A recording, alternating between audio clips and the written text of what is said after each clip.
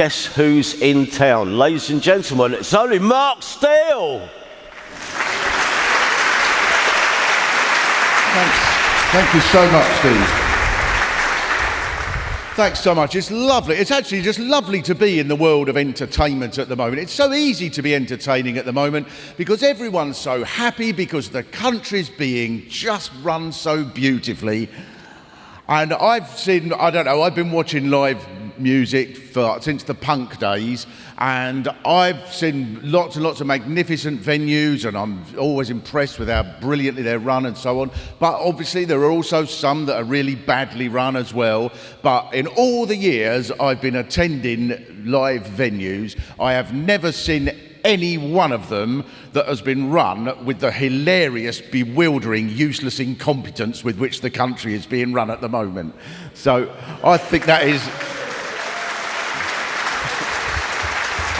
magnificent. I think for entertainment, you cannot fault it. I think that when the Prime Minister has to go on television and explain why she's wrecked the whole economy and her speech was that bad, honestly, I think if you had a 5-year-old child in a nativity play that was that shit, afterwards you just go, no, it's not my kid. I don't know why I've come here. I shouldn't be allowed in here, really, with the injunction. I shouldn't be allowed here. So I think, however, that despite that, and it is very much despite that, you go around the country, as I do a programme of the radio, I do a comedy show about a town. Each time I go to a town, I have to find out as much as I can about the town and then be as rude as possible about it and get away with it. And you can only do it if you love the place, really, the same as with a friend. You can be rude to them if they know that you really like them. And everywhere, it strikes me that, often people talk about a lack of community and so on. Everywhere there is people who just love the place, who love the little things that could only happen. I was in Weston-super-Mare on New Year's Day, and I thought this could only happen in this place. I went into a newsagent's, and there was a woman about 19 with nose studs and everything, New Year's Day, talking to her mate, and I just caught the end of her conversation when she said, and then right on the stroke of midnight, as the fireworks went off, he proposed. I said, you've got to get divorced first, you fucking muppet. And that is something that to me is like, that was the town. I love that in Northampton, everybody knows about the sign outside the hospital that says, family planning advice, use rear entrance. Everybody knows about it.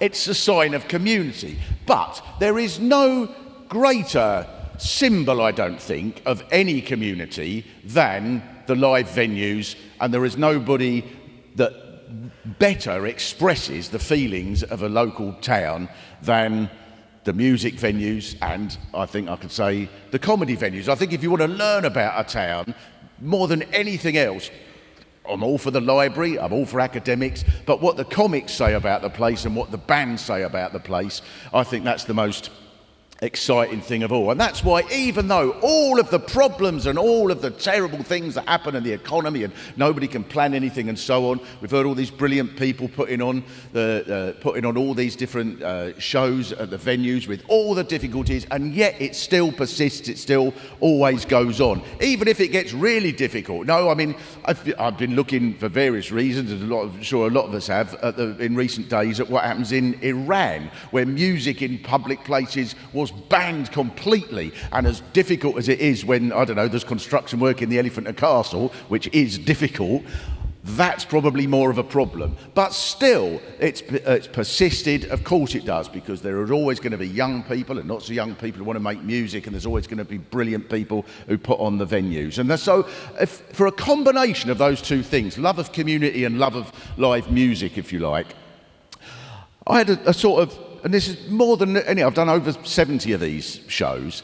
The one that struck me in this way more than any other was one I did this year when I went to the town of Newport. Now, Newport is not an easy town, I think it's fair to say. The opening line of the show, Newport in South Wales, is the opening line. I promise you they did laugh. It was, Newport is a town in which for 100 years it was dominated by the ports and the pits and grime and squalor, and now all the ports and pits have gone, but somehow you've retained the grime and squalor.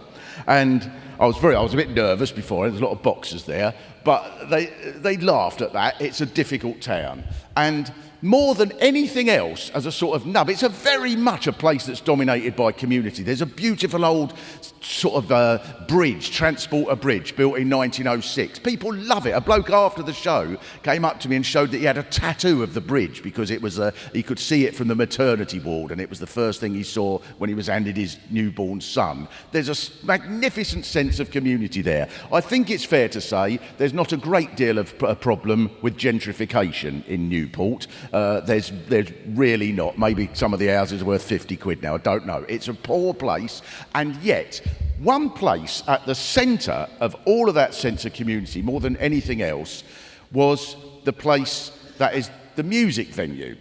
And I was very lucky because I'd got to see Goldie Looking Chain, who I've loved for many years, in this particular venue, very much their home setting. I thought it was probably as good to me as seeing, if I could go back in time and see James Brown at the Apollo in 1963.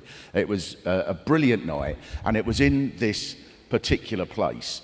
And so I'm going to give out an award for the outstanding contribution to grassroots music to the person who's responsible for that venue, because that venue is not just something that in the middle of this really difficult town is an absolute sense of pillar, literally a pillar of the community. Not something that everybody, it's not just that it's something everybody talks, it's not just that it's a fantastic venue to go in, a proper venue. The floors are sticky, there's posters all over the place, there's a pool table in the back where people are still playing, and you sort of think, even if the Stones were playing for free here, someone would be going and play pool over there. Everything about it is about community, and is about a sense of fun and joy and promoting all the brilliant things in life that we're alive for. And so it's a difficult place. After I'd seen Goldie Looking Chain, a complete stranger came running down the street and then sort of grabbed hold of me, and I didn't know who he was, and he just went, "They won't let me in. They say I'm too aggressive." I said, "Did they?" And he went, "I'm not aggressive, am I?" I said, "Not for me to say, mate." And I don't know, maybe he's the manager of the place, I don't know. But it's a difficult place, and yet it is an absolutely magnificent pillar of the town and of the music scene, because so many other places, so many other bands, so many musicians say, "Oh, that's a brilliant place." The place is called Le Pub, and the outstanding contribution for grassroots music this year goes to Sam Dabb, who is the wonderful manager of the pub.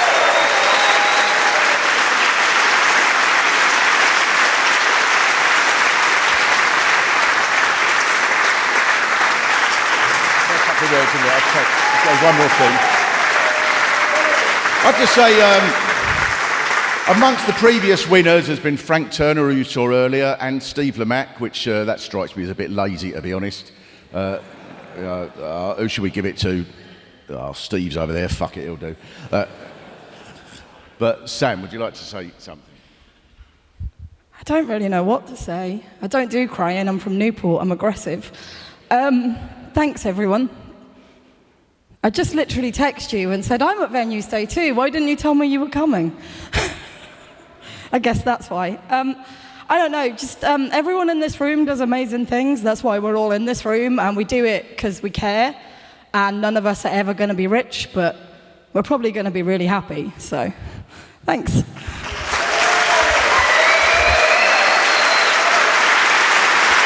Thanks so much, Sam.